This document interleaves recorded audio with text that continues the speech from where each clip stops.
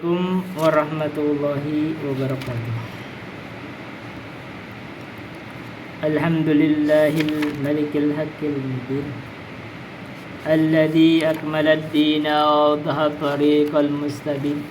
Wa asyhadu an la ilaha illallah wa asyhadu anna Muhammadan abduhu wa rasuluh. Sayyidul anbiya'i wal mursalin wa ala alihi wa sahbihi wa man tabi'ahum bi ihsanin ila yaumiddin, amma ba'du. Hadirin rahimani wa rahimakumullah. Ini adalah pertemuan ke-8 yang dianggap satu kali pertemuan adalah satu hari untuk menutupi apa yang bolong gitu dari kajian kita di YouTube. Babu majaa annal bid'ata asyaddu minal kabair. Bab tentang apa-apa yang menjelaskan bahwa bid'ah itu lebih keras, lebih berat dibanding dosa-dosa besar. Masailu munasabatul babi litarjamati wa hiya kinal islami anil bid'ai wa bayanu khatril bid'ati wa ta'dimi syarriha. Kecocokan bab dengan terjemah, yaitu cukupnya Islam dari bid'ah. Jadi Islam itu tidak butuh terhadap bid'ah. Wa bayanu khatril bid'ati, penjelasan tentang bahaya bid'ah dan besar keburukan bid'ah, yaitu dia lebih besar dari dosa-dosa besar. Wa qawluhu, dan firman Allah Ta'ala, innallaha la yaghfiru ay yushraka bihi wa yaghfiru ma duna dzalika liman yasha. Sungguhnya Allah itu tidaklah mengampuni dosa yang beliau itu disekutukan dengan dosa tersebut. Maksudnya dosa syirik. Jadi kalau Allah itu tidak akan mengampuni kesyirikan. Wa yaghfiru ma duna dzalika liman yasha, dan Allah mengampuni dosa-dosa di bawah kesyirikan bagi orang yang dikehendaki. Maksudnya kalau orang itu meninggal, dia belum bertobat, ada di dalam kesyirikan, syirik akbar, maka Allah tidak ampuni, maka tepatnya itu di neraka selamanya. Tapi kalau dia itu meninggal, dalam keadaan meninggal itu dia belum bertobat, tapi dia melakukan dosa-dosa itu tidak sampai ke derajat kesyirikan, maka Allah bisa mengampuninya kalau Allah menghendaki, begitu. Masailu, masalahnya al-bid'atu qad takunu syirkan fahu asyaddu minal kabairi. Bid'ah itu kadang-kadang merupakan kesyirikan. Itu bentuk bid'ah itu kadang-kadang merupakan kesyirikan. Karena itu merupakan kesyirikan, akibatnya itu lebih besar dibanding dosa-dosa besar. Jadi kadang ada bentuk bid'ah yang merupakan kesyirikan. Yang kedua, tafsiru ayatun nisa, tafsir ayat an-nisa tadi, bahwa Allah itu tidak akan mengampuni dosa kesyirikan kalau dia meninggal dalam kesyirikan belum bertobat. Bagaimana kalau dia itu melakukan kesyirikan tapi masih hidup? Dia sepanjang dia masih hidup kemudian bertobat, dan dia bertobat sebelum dia meninggal, maka ya Allah ampuni, gitu.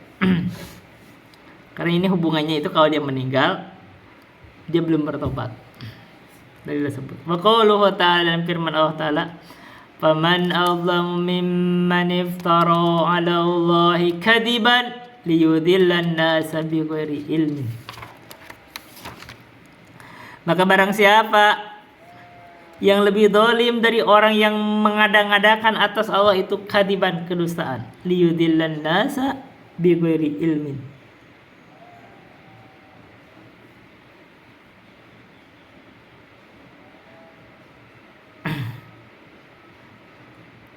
untuk menyesatkan manusia tanpa ilmu. Jadi kalau ada orang mengadakan hal-hal baru begitu, membuat hal-hal yang dusta atas Allah, akibatnya dia menyesatkan manusia tanpa ilmu, maka itu adalah orang yang melakukan kedzaliman. Itu artinya berbuat bid'ah. Kalau orang berbuat bid'ah, mengadakan hal-hal yang baru gitu, berdusta atas Allah, maka itu adalah dianggap orang yang paling zalim.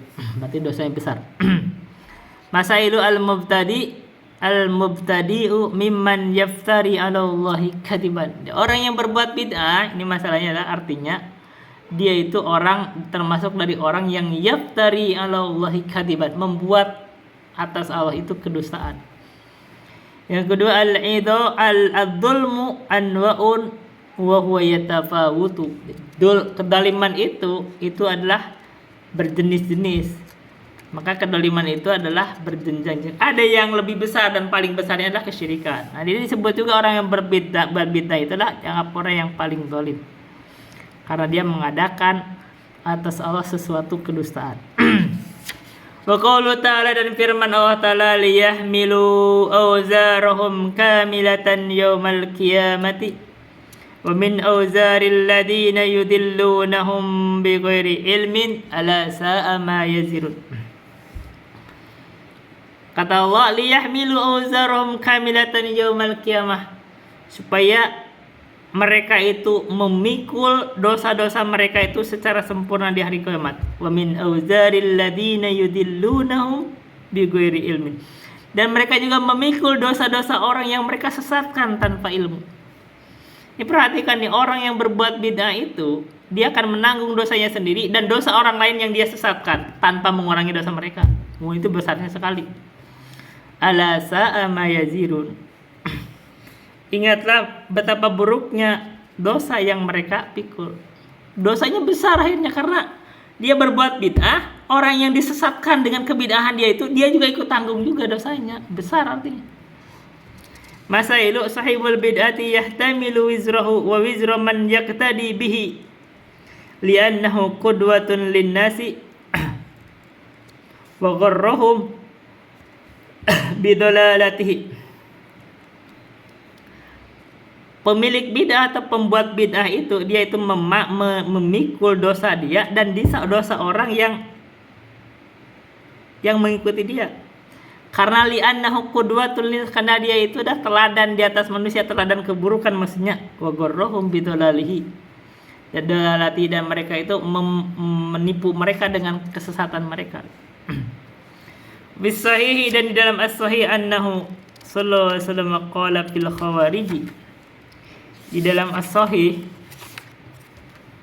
Rasulullah bersabda tentang khawarij itu, aina ma lakitumuhum faqtuluhum la in lakituhum laqatulannahum qatla adin. Di mana saja kamu berjumpa dengan khawarij itu, faqtuluhum, bunuh mereka. Lain laki ituhum, andaikan saya itu berjumpa dengan khawarij, la qatulannahum, akan saya perangi mereka qatla adin, sebagaimana memerangi kaum Ad. Mananya dikeluarkan oleh Al-Bukhari nomor 3611, 5057, 6930 dan Muslim nomor 1066 dari hadis Ali bin Abi Thalib. Juga diriwayatkan oleh Al-Bukhari nomor 3344, 4351, 7432 dan Muslim nomor 1064 dari Abu Sa'id. Ini taklik dari guru kami Al-Ustaz Zulkarnain.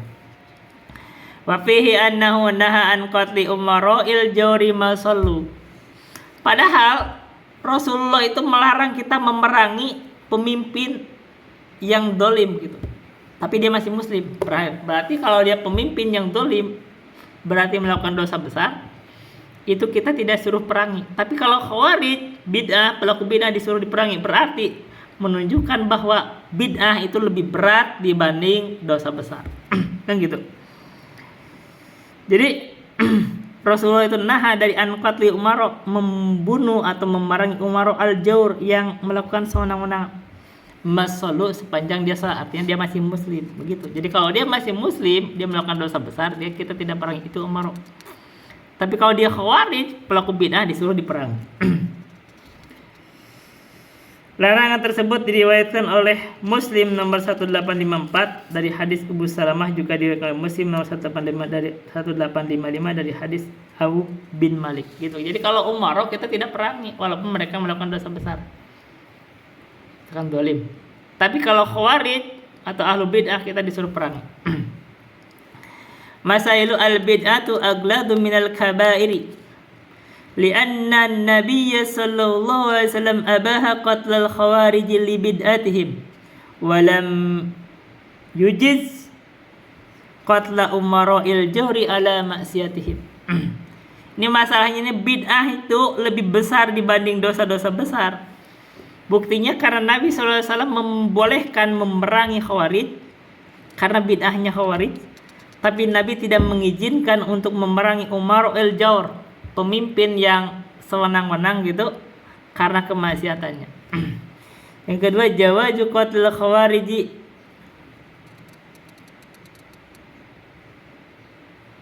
lihasmi madati bid'atihim wa limubalaghati fi takbihiha. Bolehnya memerangi Khawarij karena konteksnya adalah karena jeleknya kebidahan mereka dan karena parahnya keburukan mereka. Jadi orang-orang Khawarij itu buruk, maka kita disuruh perangi. Wan Jarir bin Abdullah, dan dari Jarir bin Abdullah radhiyallahu anhu, anna rajulan tasaddaqa bi sadaqatin thumma tataba'an nasu. Dari Jarir bin Abdullah radhiyallahu anhu, bahwa sesungguhnya ada seorang laki-laki itu tasaddaqa bi sadaqatin, dia bersedekah dengan satu sedekah. Tsumma tataba'an nasu, kemudian manusia mengikuti dia. Ini orang bersedekah, terus orang lain ikut bersedekah gitu. Faqala Rasulullah sallallahu alaihi wasallam, maka Rasulullah SAW bersabda, man sanna fil islami sunnatan hasanatan falahu ajruha wa ajru man amila biha min ba'dihi min ghairi ayyan qussa min ujurihim syai'un. Barang siapa yang mensunahkan di dalam Islam, perhatikan, di dalam Islam yang dia sunahkan. Artinya apa? Dia tidak membuat amalan sendiri, tidak berbuat bid'ah. Ini bid'ah hasanah, bukan itu maksudnya. Dia itu sudah ada di dalam Islam amalan tersebut, tapi dia mengamalkannya, lalu orang lain mengikutinya. Amalan itu ada dalam Islam, yaitu sesuai sunnah Rasulullah, bukan buat bid'ah, bukan. Maka falahu ajruha, ini disebut sunnah hasanah itu begitu. Dia ada sunnah yang baik karena ada dalam Islam. Falahu ajruha wa ajru man amila biha, dan maka dia itu mendapat pahala dari mengajarkan sunnah tersebut, dan pahala orang yang mengikutinya setelah dia tanpa mengurangi dari pahala mereka sedikit pun. Ini contohnya nih, orang ini dia bersedekah. Sedekah itu amalan apa? Amalan Islam. Ini sunnah yang baik, sedekah. Dia bukan membuat amalan baru, bukan. Dia sedekah. Ketika dia bersedekah terus diikuti orang lain, maka dia mendapat pahala sedekah, dan pahala orang lain yang bersedekah di belakangnya itu dia juga dicatat juga bagi dia tanpa mengurangi pahala sedekah mereka. Ini contoh maksudnya.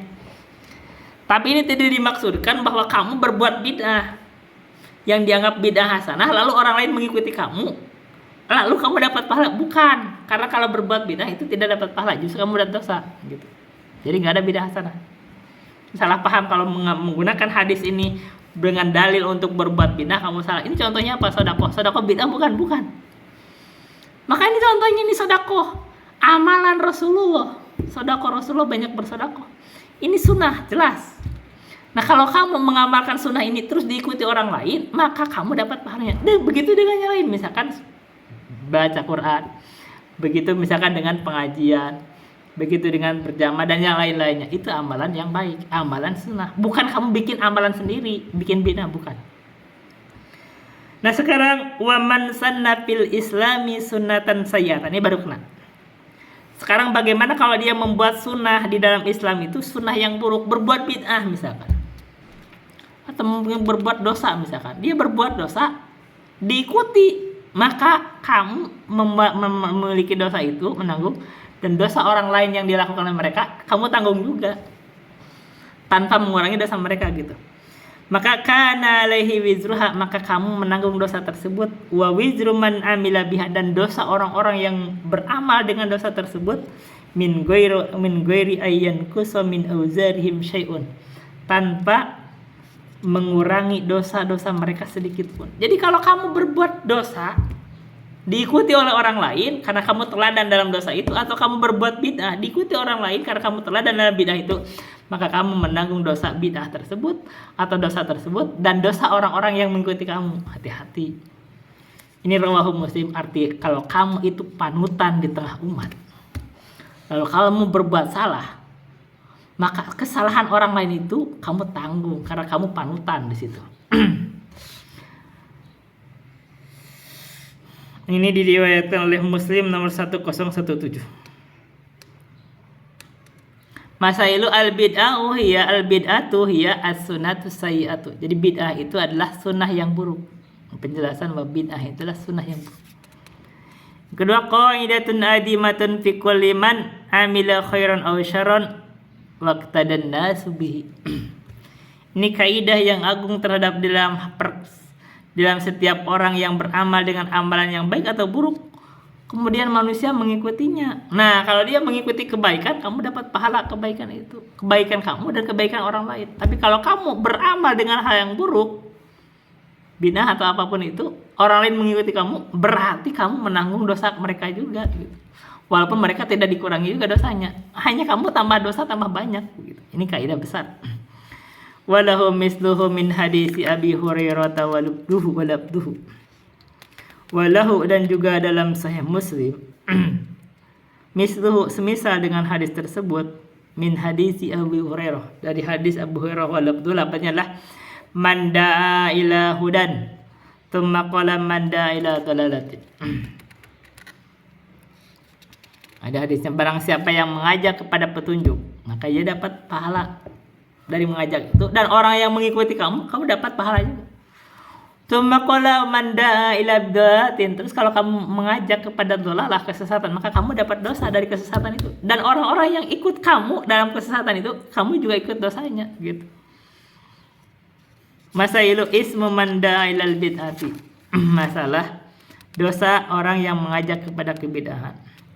Yang kedua adalah fadlud da'wati ilallah, keutamaan berdakwah kepada Allah. Itu dakwah kepada Allah itu, kalau kamu dapat pahala dari melaksanakan amalan itu, kalau ada yang mengikuti kamu dapat pahala dari apa yang mereka lakukan. Maka kita itu kalau nggak tahu diem aja.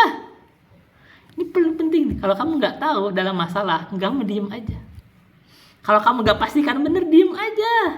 Kalau kamu pastikan benar, walaupun kamu berdebat, lakukan aja, karena itu adalah bagian dari dakwah. Itu aja dulu biasa saya sampaikan. Billahi taufiq wal hidayah. Assalamualaikum warahmatullahi wabarakatuh.